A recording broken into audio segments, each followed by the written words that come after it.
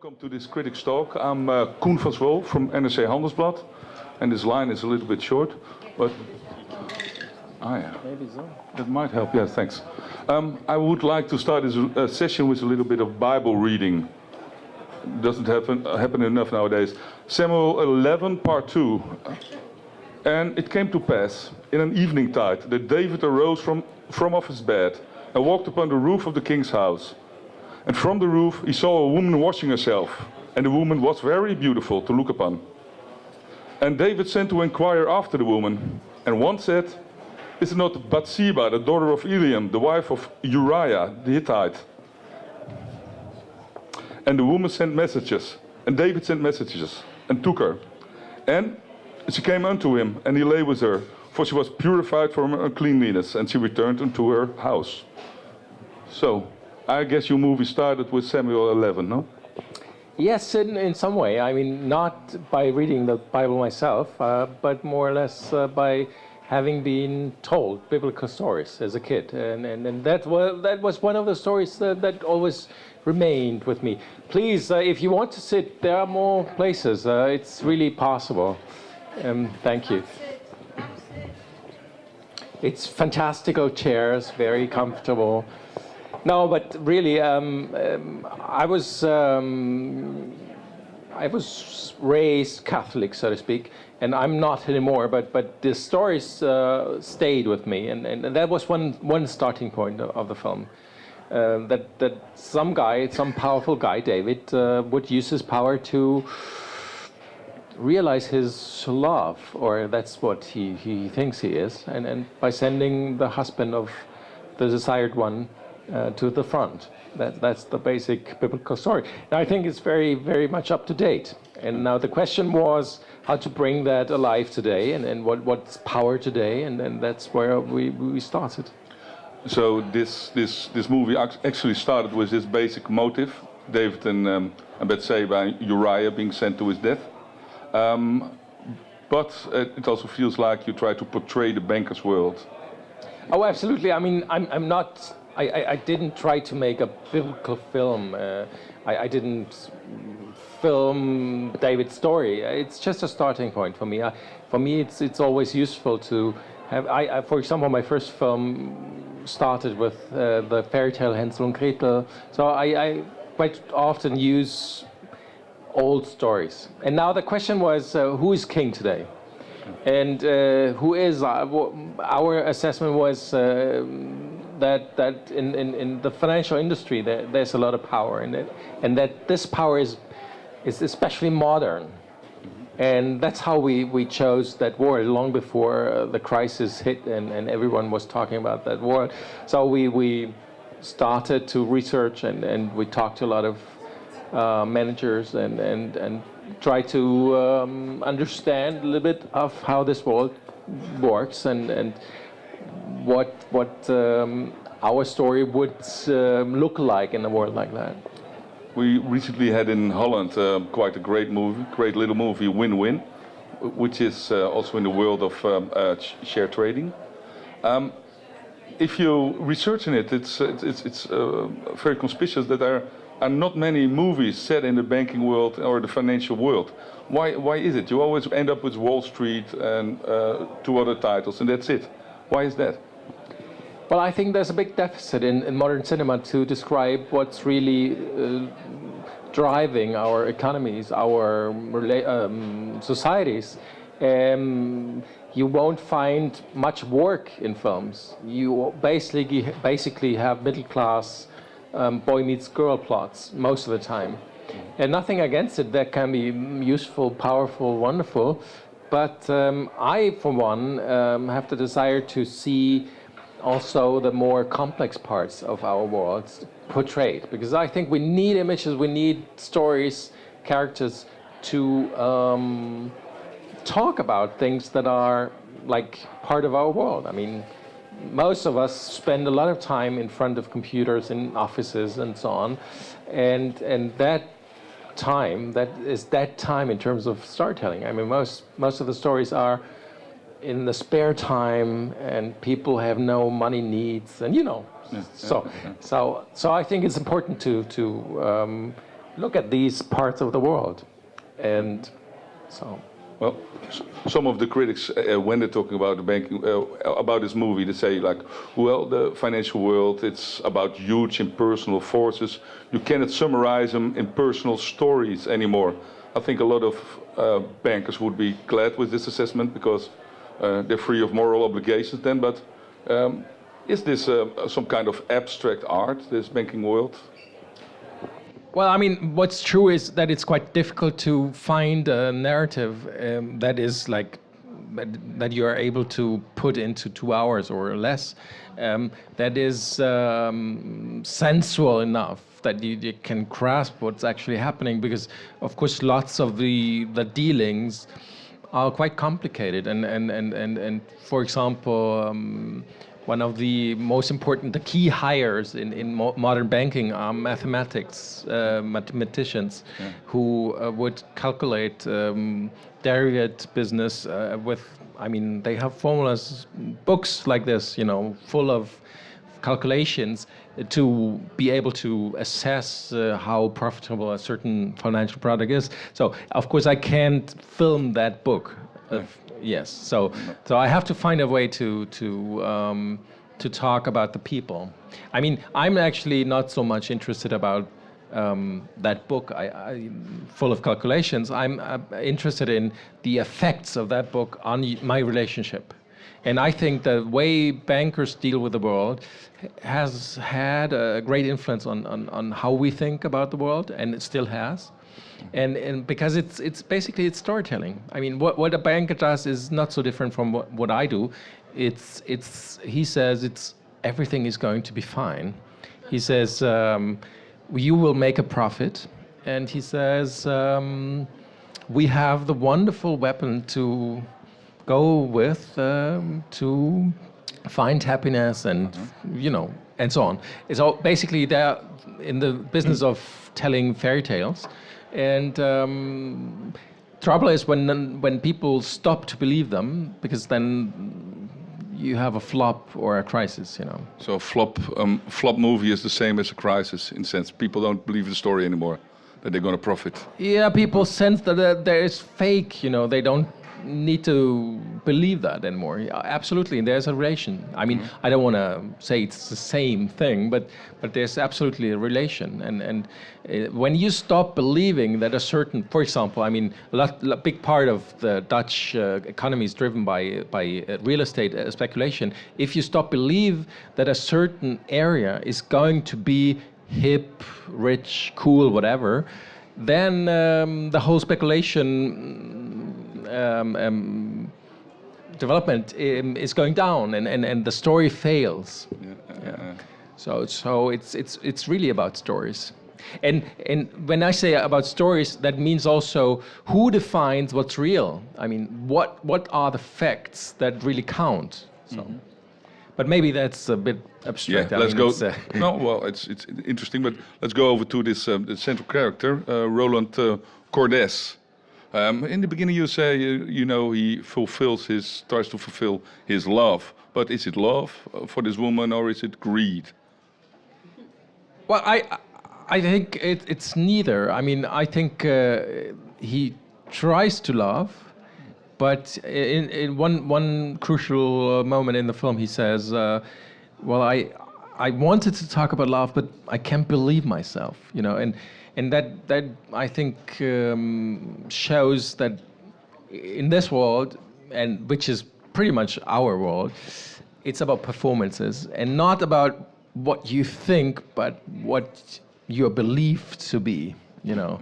And if you are as a performer can't perform love, then that's bad. So that's the one part. I don't think it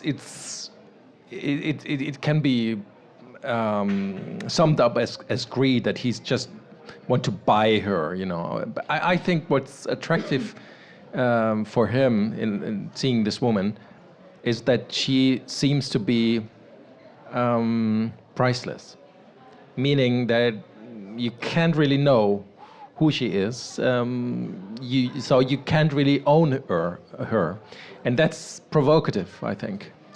That's a very romantic take. of yours, I would say. Yes, why not? I'm a romantic in many ways. Going over to this character of Svenja, what is he looking in Roland Cordes? If you're cynical, you say it's power.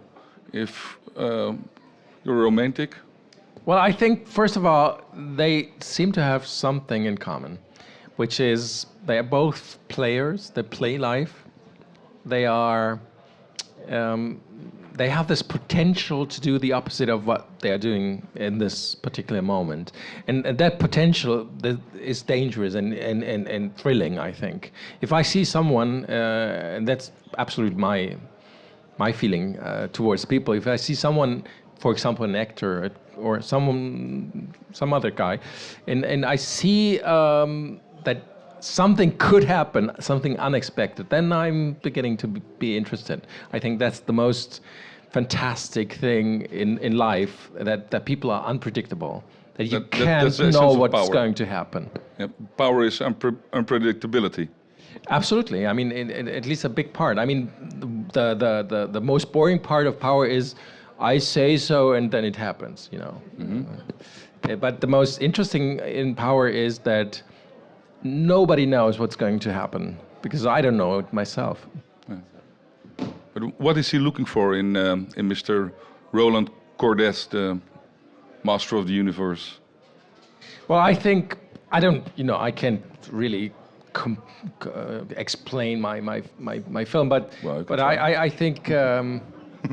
No, I mean, because it's, you do it, you write it, you direct it, and a lot of things remain mysteries for me too. I mean, I'm actually, that's my point of view in life. I think we are surrounded by mystery, and there are only islands of things we understand.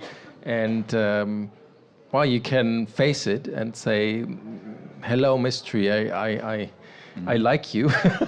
Or you can try to avoid it. Anyway, I think what's attracting them is some sort of desire to fall, to actually lose yourself, something risky. That might be the starting point for that. It's not something simple like she's seduced by power or whatever. I don't think so. Do you think so? Well, you could think so. Well, how about your experiences with being seduced by power? I mean, well, sorry, I'm not powerful myself, and didn't happen to me till now. But no, I mean, for example, when I was working in a hospital, doing my civil services instead of military, there was this head sister, in uniform. She was very powerful. I mean, she had like 20 people under her. And it was very seductive for me, like uniform and, everything. So Go on. Maybe we should go to the next question. Okay. Well, there's one key moment I would think that Mr. Cordes goes to the press and this journalist tells him, "Man in your position can't allow to have emotions." What you see is the moment he gives into this love or whatever it is, he starts losing it. Is it God's punishment, or is a man in his position not allowed to have emotions? Well, I'd say that there's a great desire when you're powerful to prove that it's about you, and it's not. You're just an example. And you're replaceable. And most powerful people forget that at a certain point. And what you just mentioned, this moment is like classical killer movie. The professional killer falls in love with the victim, and from then on he can't, go on, with his business. That's very similar. I mean, in a way, I mean, I'm not comparing bankers with killers, but the modes are the same. I mean, it's very much about an inside mode, and you get in conflict as soon as you touch the outside. Yeah, that's so. He can't avoid feeling. there's an other let's say very romantic theme in your movie. Once he gives up power, he gives up everything more or less for her. To see if she still wants him. She wants him. Well, It looks like it though. I can agree. I think. Well, first of all, she quits. I mean, she realizes the full scheme of his pulling strings, and then she quits on him. That they are together in the end, I don't think it means that they have a future or that they believe in their romance. All this pulling strings can be quite flattering in a way, no? Absolutely. No, totally. I mean, we all have the desire to be the heroes of our stories. And I strongly believe that our everyday task is to continue a narration where we play the main part, which is sometimes very difficult. We have to be inventive to make sure that we play the main part in our lives, you know. So of course it's flattering if things come to you or you see that people kill other people. For you. For you, yeah. Certainly. It's very flattering, probably. About the lifestyle you show, all this between glass and mirrors, all this getting into an apartment and hiring an interior decorator to, you know, invent a home that's not yours. What does it do to people? Well, I think in many ways it distances you from the everyday life of other people live. You know, if you don't wash your dishes, you forget what it feels like. Yeah. And if you don't furnish your own apartment, you you lose identification with everyday things. I think it's quite dangerous in terms of that. Yeah, that you lose touch, or you're in danger to lose touch. And you have also the feeling with this relationship between Roland and Svenja that it's never quite natural. It's always a little bit prickly. It's absolutely. I mean, it's some sort of a mismatch. I'd say. What we wanted to make clear from the very beginning that it's not amour fou and they can't live without each other. You know, it's they both hesitate if they should go through the moves of romance and if they believe themselves and so on. Yeah. This is actually, I mean, very autobiographical. Oh, now you make us curious.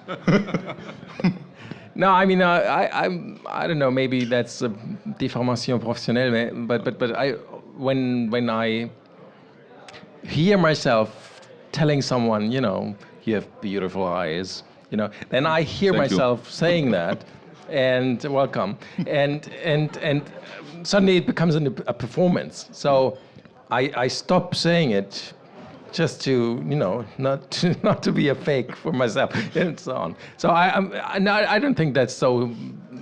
That's only because I'm a film director. I think we all, because of what we know through media consumption and media production, I think we all are strangely aware of how certain performances are created, and that life is full of make-believe, you know, and so I think it's quite a modern feeling. On a total different level, there's one strange fascination of Mr. Roland. He goes to this junkie to see how he shoots himself up. What is that all about?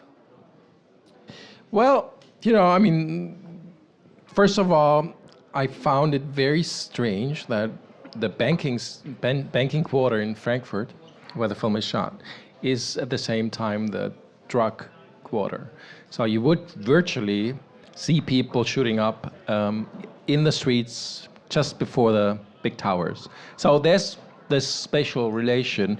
I don't know why, but it's there. So that's the reason I was thinking about that connection. And then I had the feeling that it's something he could be, at least secretly, be interested in, to see a real body, the needy body, you know, a world where that is radical about the body, because in many ways, in this world of power, you don't use your body. You know, it's a world of made beds. Driver picks you up.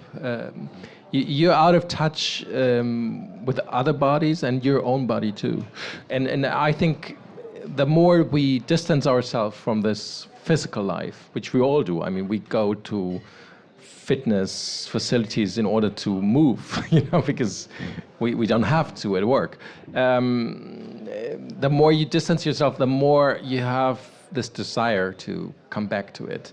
And that's why we go to movies and see creatures and blood and sweat and tears, and we love to watch criminals and so on. We love to watch basically things we avoid to do in our own lives. And that's the same situation. I mean, we watch on screen things we don't want to get touched by. So Roland is us watching a movie. Absolutely. At the moment. He's us. Yeah.